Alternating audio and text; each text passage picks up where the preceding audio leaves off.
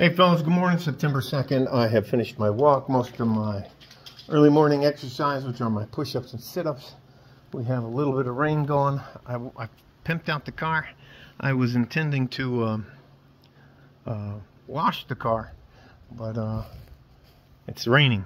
It's raining. Here is there's thing one and thing two. Anyways, there are the clouds up above the Franklin Mountains. I think that's a lonely pigeon. I'm going to take you inside and tell you I'll sit out here. It's nice enough out here. I'm going to go grab my coffee, and I'll sit you guys out here and talk to you. If you're going to be friends with somebody, and I think you should even include associates in this category, you should be honest with them.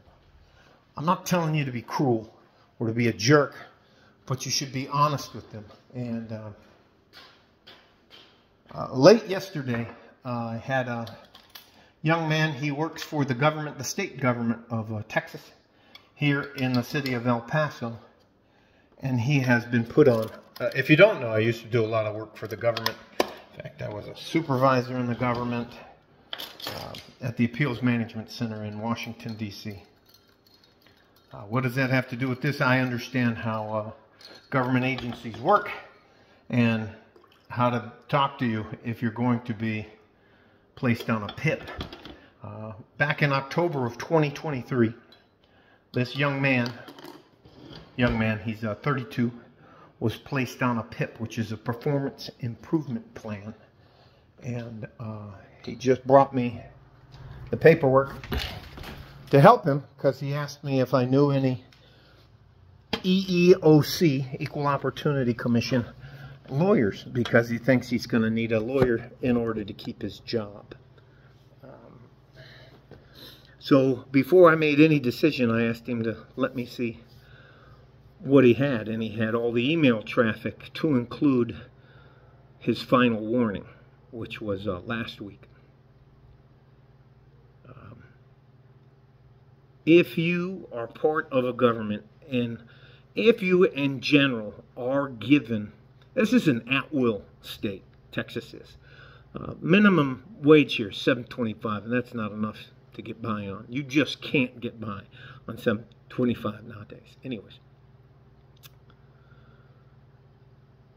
back in October of last year, his supervisor formally sent him an email with CC'd HR, the head of HR in there, and told him these are the things he was deficient in, and he had 7 to 10 days, depending on the weekends or holidays, to respond in writing.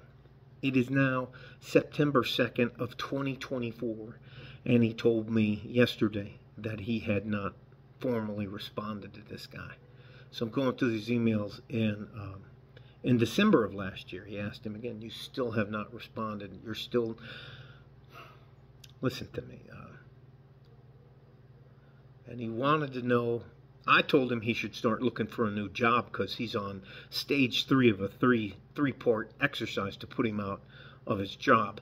And if you speak to anybody formally, whether they want you to or not, I think you should record the conversation surreptitiously or however else you do, because what I say to you behind closed doors and what you say to me behind closed doors are very different than what's put on a formal piece of paper.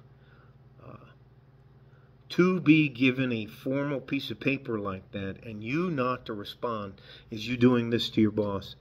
Hey, I'm going to do what I want, and F you for even trying to ask me that. I don't have to do what you tell me, and that's a massive mistake.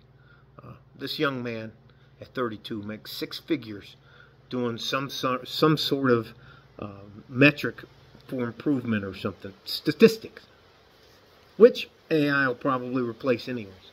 So they're not trying to keep him anyways. Do yourself a favor. If your supervisor formally tells you you're not doing your job, you have to be able to take a step back, or you have to have somebody in your life that tells you, hey, you're not doing this right. In fact, you're effing this up. So He gave you exactly what you needed to respond to, and you should have done it back in October, or at the latest 10 days after the date he gave it to you. And now it's almost a full year later, and they're on the final notice of this guy. So I told him to start looking for a new job. I was honest with him about, what are you doing? What are you doing? He's telling you exactly what to tell him. Give him what he wants or find a new job. And the moral of this is, you're going to have people that come into your life who are good to you in a non-working environment. They're lots of fun to hang out with and stuff like that. Most of them, these are the kind of guys that are willing to party all night long, except they don't want to have to buy a drink. They got great stories to tell, and you know what, if you're not careful, they'll start telling some of your own stories. So, but you don't get to tell your boss what he can and can't do. Hello? Hello? I say that again. You don't get to tell your boss what you're going to and not going to do. It's an at-will state.